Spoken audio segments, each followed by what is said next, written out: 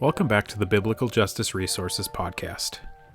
In our episode last week, we spent time thinking about how chasing power relates to race, justice, and the Supreme Court decision in the Louisiana v. Calais case. Our focus remained there, but the original intention for the episode was to tie in a second current event talking about chasing power, and that being the attempted assassination of Donald Trump. The original idea was to use that event to think about political violence on the whole and how that has expanded in potential acceptance amongst both political parties here in the United States. This direction ended up being cut due to time, but that's resulted in an additional week of thoughts and research and reading to form a fairly different conversation from one we would have had a week ago.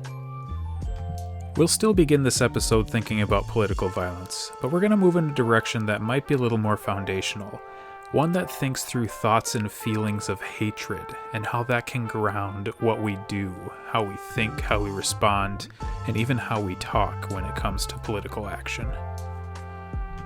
Along with that, we'll think through what civility is, and whether civility is enough in and of itself to combat hatred and to bring change about in a way that we maybe wouldn't expect when it comes to political action and political violence. So, if you will, join me for a conversation about how each of these things, political violence, hatred, and civility, are connected. My name's Eric, and this is the Biblical Justice Resources podcast. Our conversation will begin right after this. The Biblical Justice Resources podcast is supported by listeners like you at patreon.com/biblicaljusticeresources. If you're interested in supporting the podcast and helping to resource individuals and the church for the pursuit of biblical justice, please consider giving today at patreon.com/biblicaljusticeresources. Again, visit patreon.com/biblicaljusticeresources to help support the podcast. Now on with the show.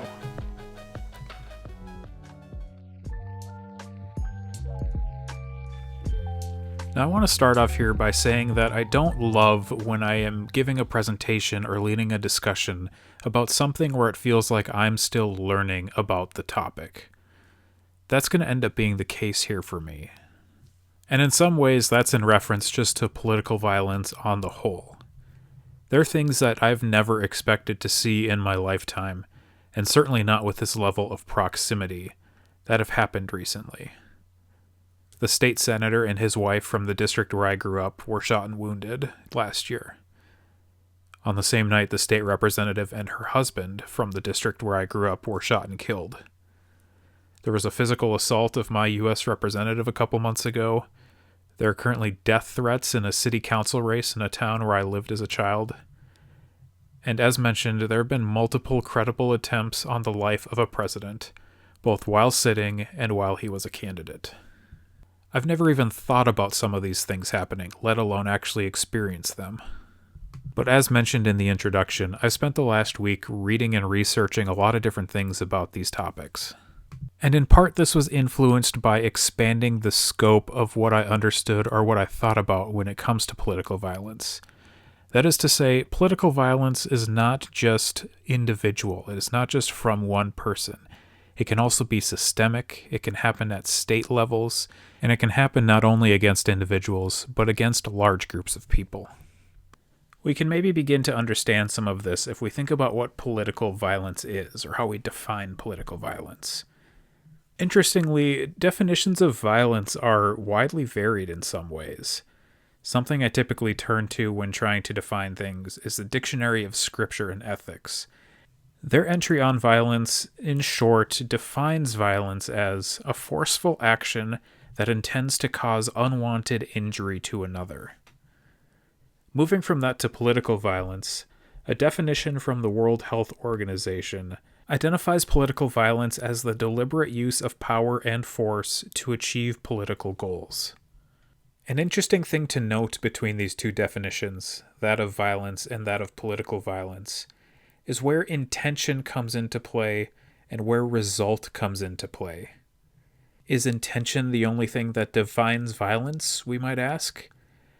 Or if political goals are not achieved through violence, does that make something not political violence? And what do we make of the use of the individual word another in this definition of violence? Does that mean violence can only be perpetrated against one person, or can it happen against a group of people? We're going to take some things as apparent from these definitions, or maybe in spite of these definitions as we move forward. Something you've maybe already taken from previous comments.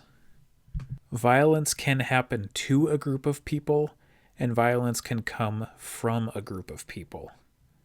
With this in mind, if violence occurs against a group of people, or if violence comes from a group of people in an attempt to achieve political goals, we can identify that as political violence.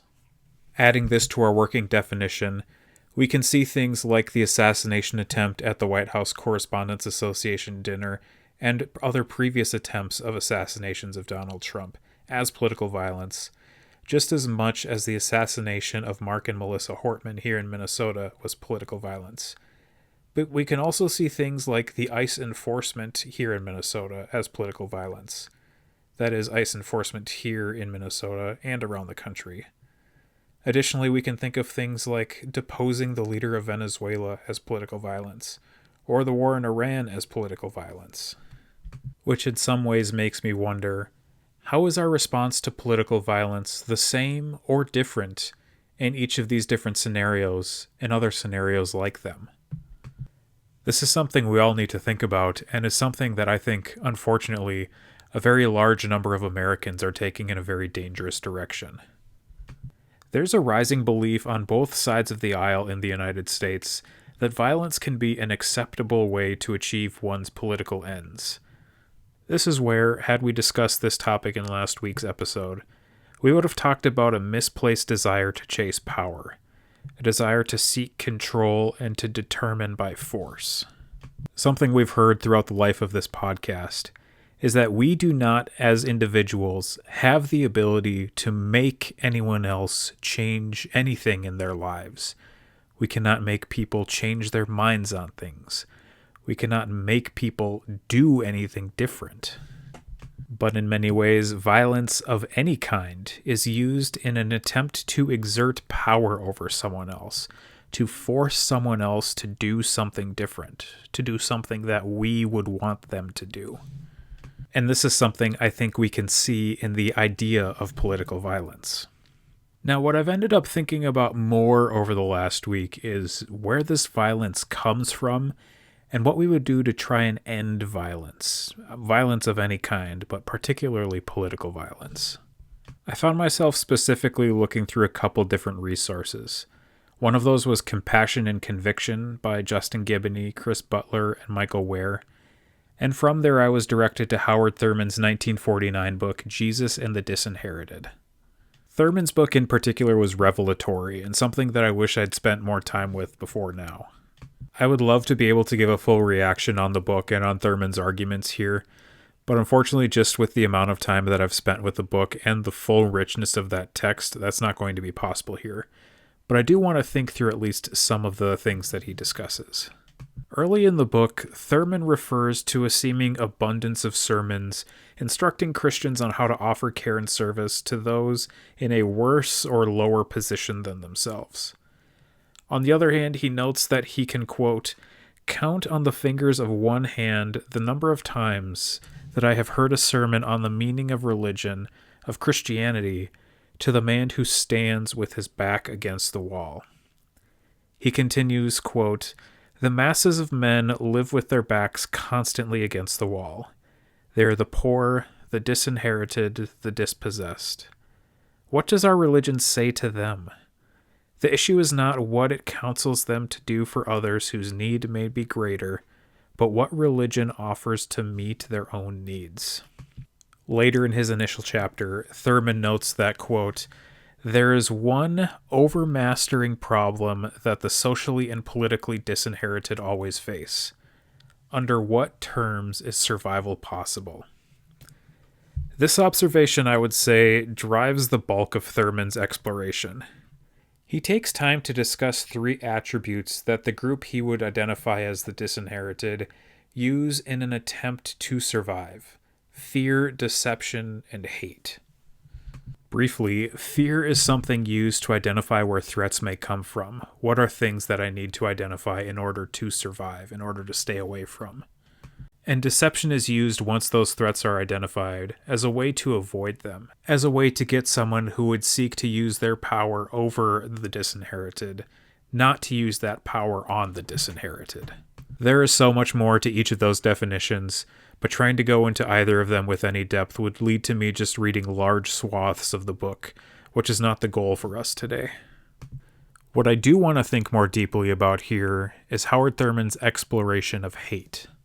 He identifies hate as something which typically, societally, is a shameful emotion.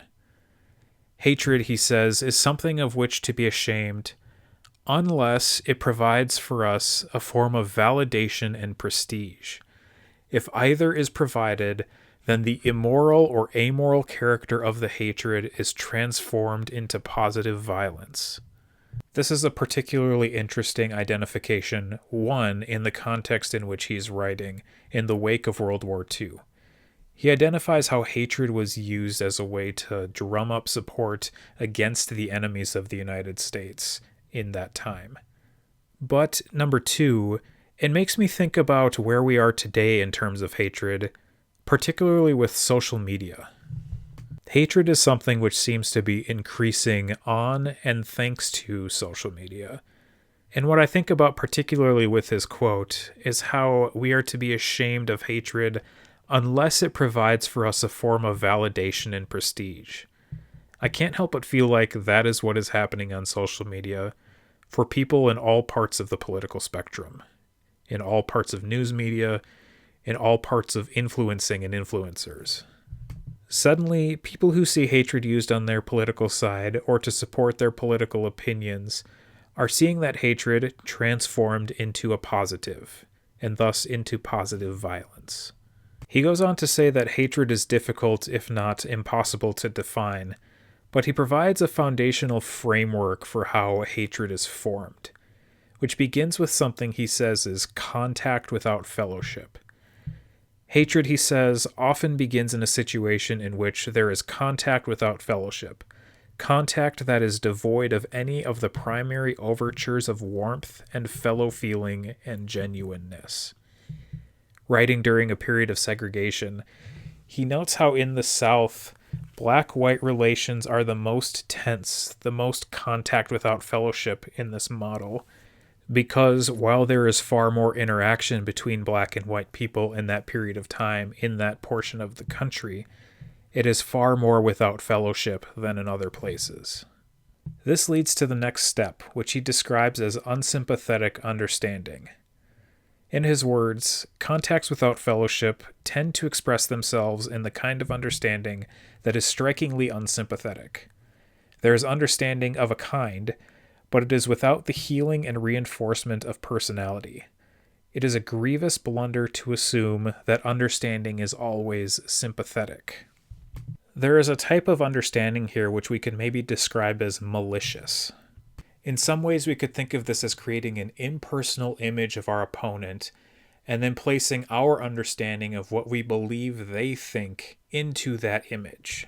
Not only do we not have sympathy for our opponents because of this image, but we are actively seeking to find ways to understand them that go in opposition to what we think, what we want, what we desire, what our political opinions are.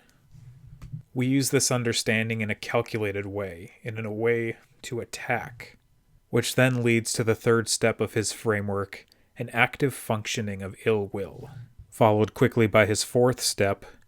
Ill will, when dramatized, he said, in a human being, becomes hatred walking on the earth, or, as Compassion and Conviction commentates, it is the point when the ill will becomes such that it animates a human being. Through all this, I think we can say that hatred, as defined through this framework, starts with a thought process in some ways, and then leads to action. We cannot go to the action that comes from hatred without first starting with that thought process. I identified earlier that each of these attributes was used as a mode of survival, as a way to attempt to survive what is happening as someone who has their back pressed against the wall. And hatred here is no different. Thurman identifies that hatred can become a device by which an individual seeks to protect himself against moral disintegration. He does to other human beings what he could not ordinarily do to them without losing his self-respect. In some ways here, we see that anger, which leads to the hatred, is used as a curtain which shields us from the imago Dei. I think of this in terms of Paulo Freire's discussion in Pedagogy of the Oppressed about the only way to dehumanize another person is to dehumanize ourselves. There needs to be some sort of a curtain, as Thurman describes, which shields us from seeing that humanization, from seeing that image of God in us and in others. Again, referring to Thurman, hatred destroys finally the core of the hater. Once hatred is released, it cannot be confined to the offenders alone. It is difficult for hatred to be informed as to objects when it gets underway. Hatred cannot be controlled once it is set into motion. That is to say, we can maybe begin hating one thing or one person, but as hatred consumes, it does not delineate between people. It grows inside of us and grows in our understanding and grows in our output to go beyond just one person who we may have initially hated or one group who we may have initially hated. It leads to hatred across the board. Now, when we think about this beginning object of hatred, especially within our current political system, I think we would identify that object as an enemy, whether that be an individual or a group of people. And Thurman identifies for us 3 different types of enemies. The first of these being a personal enemy. Someone who he says is one who is, in some sense, a part of one's primary group life. This would be someone who has an interpersonal relationship with us in some way, someone who we see on a regular basis, someone who is consistently in our lives. To love such an enemy, Thurman says, requires reconciliation, the will to reestablish a relationship. It involves confession of error and a seeking to be restored to one's former place. This type of enemy, he also says, is the kind of enemy the disinherited find it easiest to deal. They accept with good grace the insistence of Jesus that they deal with the rifts of their own world. This is an idea I think we can identify as pretty frequently discussed within modern Christianity, that of individual interpersonal reconciliation. In fact, in many ways, it is to our detriment that we focus mostly on this sort of enemy, because there are other enemies at other levels or maybe other distances relationally that we have to think about that we encounter within our lives. The second of these groups which Thurman identifies is an enemy who comprises those persons who, by their activities, make it difficult for the group to live without shame and humiliation.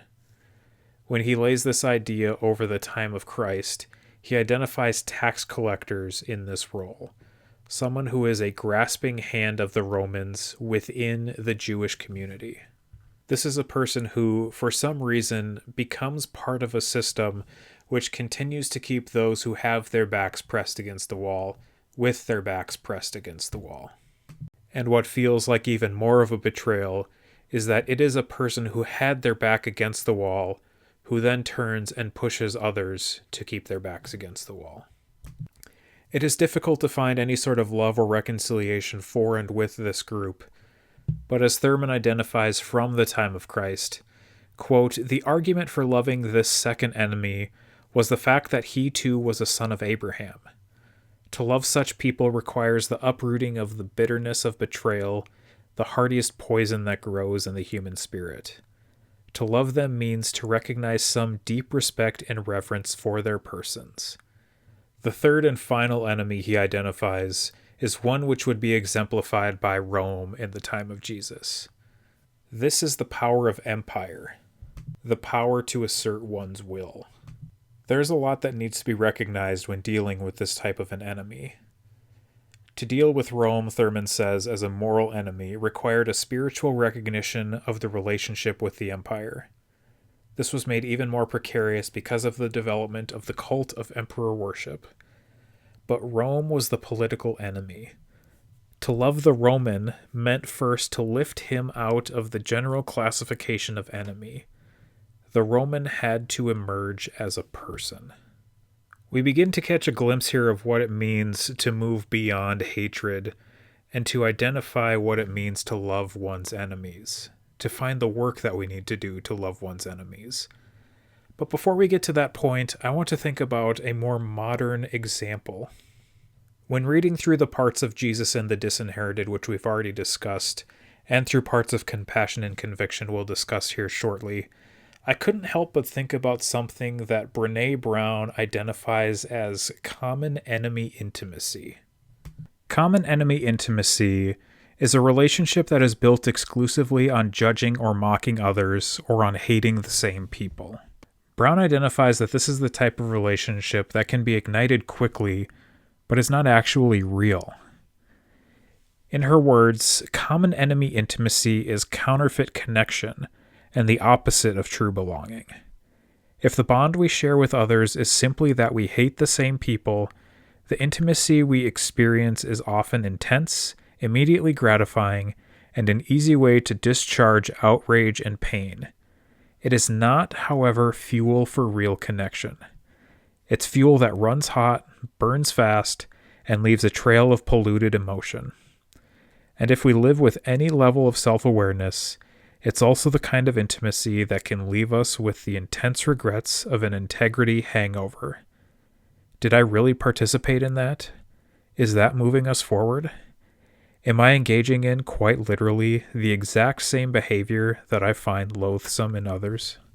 She also notes that a couple collective experiences in these types of relationships are not real. She says that it is not true collective joy if it's at the expense of others, and it's not true collective pain if it causes others pain. Dehumanizing and objectifying negate collective joy and pain. This came to mind because, once again, it is a thing that I find rampant within our current society. And not only within society broadly, but within our political system. It is something I think that we have seen throughout the entirety of American history. And this sort of disconnection is something we see really affecting our relationships and our relationship within the political system. From her appearance on Dan Harris's 10% Happier podcast, she notes that as soon as you disagree with someone with whom you share this type of a relationship, the relationship is over. And when it comes to trying to build a relationship like that within a political system, within a system where we are trying to build a common life together and define those parameters, the end of those relationships can be incredibly destructive. Something I think it's important to note from all of this is that it all begins with relationship and begins with thought processes. The way we relate with each other, the way we think about and talk about each other, has an incredible influence on what happens in the future, what happens beyond those thoughts, what happens beyond that discussion. I couldn't help but think through this learning process about things that Christ identified as sin, how sin stems from the internal, not just from the actions that we take. Likewise, I think we see violence stemming from what is internal here, from these thought processes, from these ways of relating with others against others. But if we cannot force change, if we cannot make people stop thinking certain things or thinking in certain ways, or expressing different behaviors, what then is the hope for making change? What can transformation look like? My answer here, in some ways, is that I'm still discovering an answer. But I think there are some things I've found that I am curious to continue to explore. And in many ways it's rooted in the upside-down nature of the kingdom of God. Compassion and Conviction offers a passage from 1 Peter 3 as a way to begin our thought process. Reading from the NIV and starting in verse 8, Peter says, "Finally, all of you, be like-minded, be sympathetic, love one another, be compassionate and humble. Do not repay evil with evil or insult with insult. On the contrary, repay evil with blessing, because to this you were called, so that you may inherit a blessing. For whoever would love life and see good days must keep their tongue from evil and their lips from deceitful speech. They must turn from evil and do good. They must seek peace and pursue it. For the eyes of the Lord are on the righteous, and his ears are attentive to their prayer. But the face of the Lord is against those who do evil. We can begin to think about this, Compassion and Conviction argues, when it comes to the political system and political culture through civility. Now, admittedly, as I first read this, civility seemed like a term or an idea that did not have the teeth to actually combat what we see here when it comes to political violence or to hatred. But the more I've reflected on it, the more it seems like an appropriate place to begin. Civility, as defined by Compassion and Conviction, is how we treat one another in public. It amounts to a set of norms that make up a code of public decency. In politics, civility shows itself in respect for disagreement and in granting others the right to express it. Civility shows itself when we acknowledge the best in our political opponent's line of thinking and the best in our political opponents themselves. Civility is mercy and forgiveness. It is a form of public grace. As much as I, and maybe you, want to see change come in large, sweeping gestures, motions, actions, the way change actually often comes about is through these small, consistent actions. Additionally, the book notes that civility is impossible without a commitment to deeper things than self-interest and the besting of our opponents. In another part of the book, the authors note that love is about willing the good for another. It's about support, self-sacrifice, and compassion. This, I think, relates to the 1 Peter passage. We are called to something different as Christians, to seeking the benefit of others, to seeking the blessing, to bestowing blessing upon others, even when they are our enemies, even when they do wrong to us. To again quote at length from Compassion and Conviction, as Christians, we have to be careful about how we label people. When we portray others in a demeaning light, we sin against them and reveal our own lack of wisdom, to which they point to Proverbs 11:12. Discrediting a group, they say, might help us win an argument, but if it belittles our neighbor, it's wrong.